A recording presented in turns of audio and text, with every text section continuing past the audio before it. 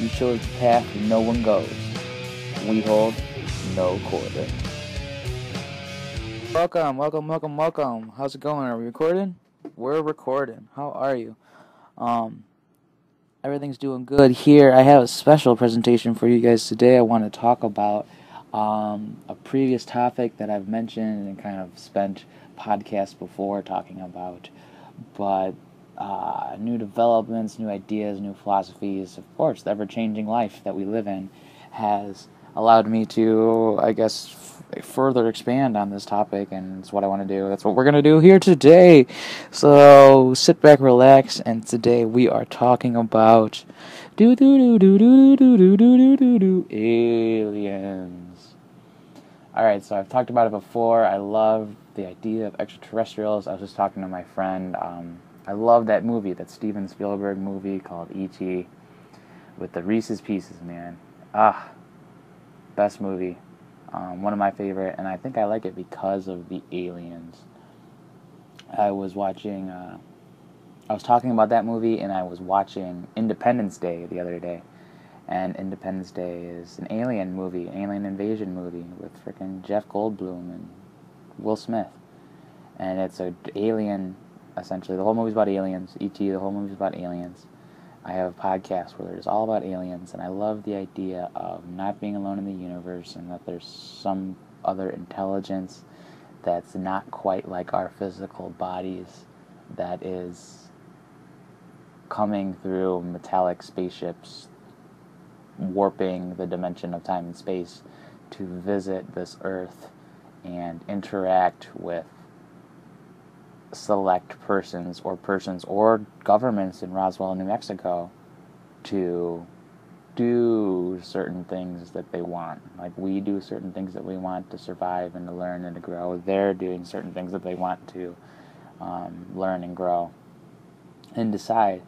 And I always talked about how all it could possibly be aliens. There's tons of documentaries. There's tons of people who have dedicated their lives to just talking about aliens. I talked about aliens in my last podcast, and it was about the TV show on History Channel, Ancient Aliens, where pretty much everybody on that show has dedicated their lives to talking about aliens, where they write books, they go to TV shows, they show up in documentaries, and they talk about how there's a big government secret, essentially, that we are using, that aliens exist, and that we are using the technology reverse engineered from them, and that's why you have the cool-ass iPhone and iPad and cool-ass, all those cool new features that you see today, the virtual reality, the drones. Everything was because we reverse engineered alien technology. And that's why we're covering the idea that aliens exist up with that, oh, we're clever and created all this technology ourselves, is what one side is saying, is that we did it all ourselves. And that aliens aren't real, even though they really are. That's one side, and I've been on that side forever. That aliens are real. The government doesn't think they are, but how else could we get all this cool shit? I just watched another alien documentary, but it wasn't like the ones that I've watched before where they talk about how that all of the evidence and photographic pictures of lights in the sky and aliens and spaceships and photographs and video of things hovering over the sky. And they're like, this is proof. And they're like, this is undeniable proof that there are an intelligent people with more intelligence than us. And they're not from this planet. The idea of this new movie I watched, it's called Mirage Men. It was mentioned to me by the Joe Rogan podcast, is that these lights and the proof essentially that they collected of these lights and these intelligences that are smarter than the people who are filming the intelligences, essentially the Earthlings, are actually not aliens, but smarter human beings who have figured out virtual reality and drones technology, but they did it back in the 60s. Everybody's seen a drone today in 2015, but back in the 60s, the government had them and they didn't want people to see them, so they told the people who did see them that they were aliens. They were like, well, what do you think it is? And the people were like, oh, it's not a helicopter, it's not an airplane, it's a spaceship. And the people who made the drone, essentially the government agents, and there's a government agent in this movie, he says, I'm a government agent. And he says, oh, you think they're aliens? Well, you know what? They definitely are. They definitely are aliens. He told these people who dedicated their lives that they definitely are. And he's a special agent from the government telling them that they are aliens. And they were like, I knew it, essentially. And he was like, knowing that they're drones, knowing that they had just awesome technology capabilities, that they're drones, he told those people, hey, they're aliens, I know. Don't tell anybody. We'll show you them. And he would show them fake pictures of the drones, or he would show them the real picture of the drone, like mocked up with like an alien mask, or like fake alien bodies, and they showed them fake surgeries, and they led essentially the argument for against aliens, essentially, in this new perspective that I found, was that aliens definitely don't exist. People saw things. We told them, yeah, they're aliens, to cover our tracks up. And now those people, there's a number of real names, went crazy. They went on to start documentaries and TV shows on the History Channel, and went on to tell everybody else that a special agent told them that they were real. So, like, I have proof. The head of the CIA just told me they're real. They're fucking real. I can tell you now that they're real. So they just ran with it. So essentially, the story of the Roswell crash and the story of all the, like, interactions between aliens and Earthlings has only really been in between Earthlings with high technology and Earthlings with that modern technology. And it's how they interacted. And it kind of really, really upsets and flips a lot of lids on the UFO believers. And I saw one lady who was in all of these, she's on History Channel's Ancient Aliens, she's on all these other alien documentaries and TV shows. Her name is Moulton Howe, and she was in this documentary where he was like, well, we have this essentially government agency with these government agents saying that we told those people that you're crediting that aliens were real when they weren't. And she goes, what the fuck are you talking about? I dedicated my whole life. I talk to these people. I go to conferences. I talk to that agent, yada, yada, yada. And he has to, like, calm her down. And, like, he's just like, I'm just coming up with theories as well as everyone else in the UFO community, where they're like, oh, it's from this star or that star, or oh, they're not green, they're gray, and they're not gray, they're green. And he was like, well, they're not even really aliens. They're just a story told by humans that humans ran with.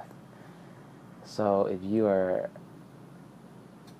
into, I don't know how I would recommend this documentary, because it totally flipped. Like, I had watched a shit ton of documentaries, and I at one point was like, wow, that all makes sense, because they're all consistently telling kind of the same story.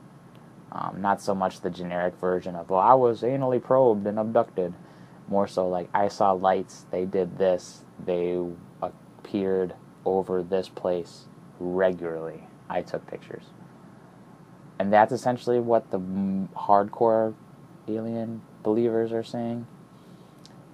So the idea of the Mirage Men documentary, and the one that I'm trying to recommend, is that they don't they want to go, it's like you go in with a different perspective. It's really, really cool. Like I've said before and said in previous podcasts, I love looking at things, especially when you've looked at them your whole life, and you look at it from a different perspective. You get a fresh set of eyes on a situation, and sometimes that just literally, oh my gosh, it makes it click, or it just topsy-turvies it, or it like Isaac Newton's like, it's gravity, the Earth's not flat, it's round, and a lot of people are just like, you don't know what you're talking about, and a lot of people are like, you are wrong, and some small group of people are like, oh really, round you say? Tell me more. And then he'll be like, gravity. And that's the more that nobody ever sticks around to hear about. Like I was thinking about it from a different perspective, and how since the day I was brought home from the hospital, I had a refrigerator in my house. And that refrigerator was capable, and a majority of the time had food in it. I'd say all the time, had food in my cold refrigerated electric box.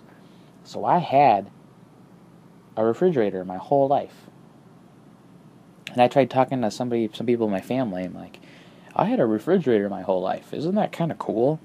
They're like, what are you talking about? You had a refrigerator? And then I kind of brought up the idea that some people don't have refrigerators, and some people can't store food, and some people don't have food and starve. And they were like, whoa, yeah, our refrigerator's cool.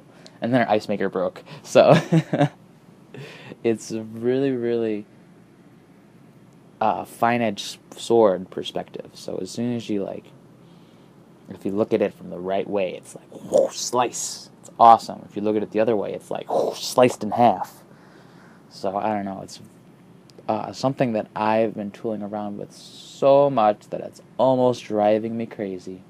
But I'm glad that I found this new perspective about the alien UFO subject, because I've seen and recognized that there's a lot of people that dedicate their lives to thinking and studying UFOs and writing all those books and making all those History Channel documentaries, and that a new perspective comes in and just flips them all off, like, hey, did you know those were just drones that whole time?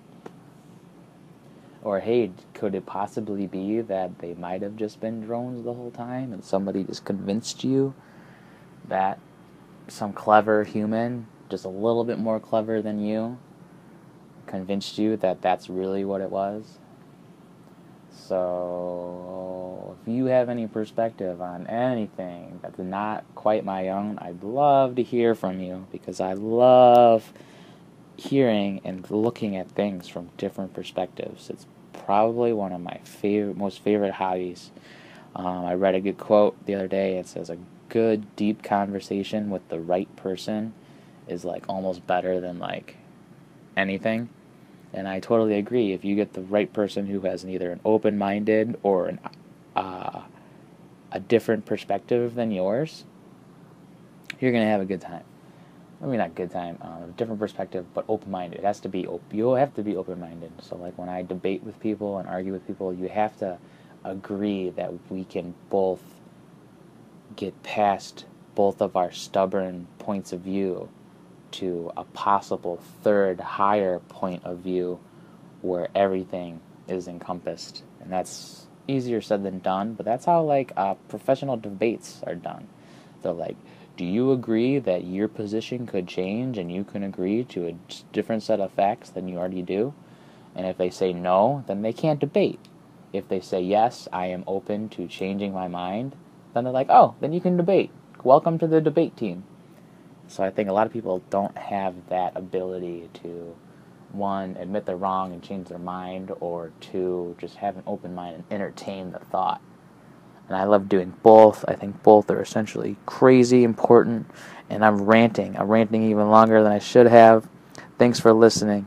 I love you. Here's a big kiss. Stay tuned in. Have a good one. Mwah.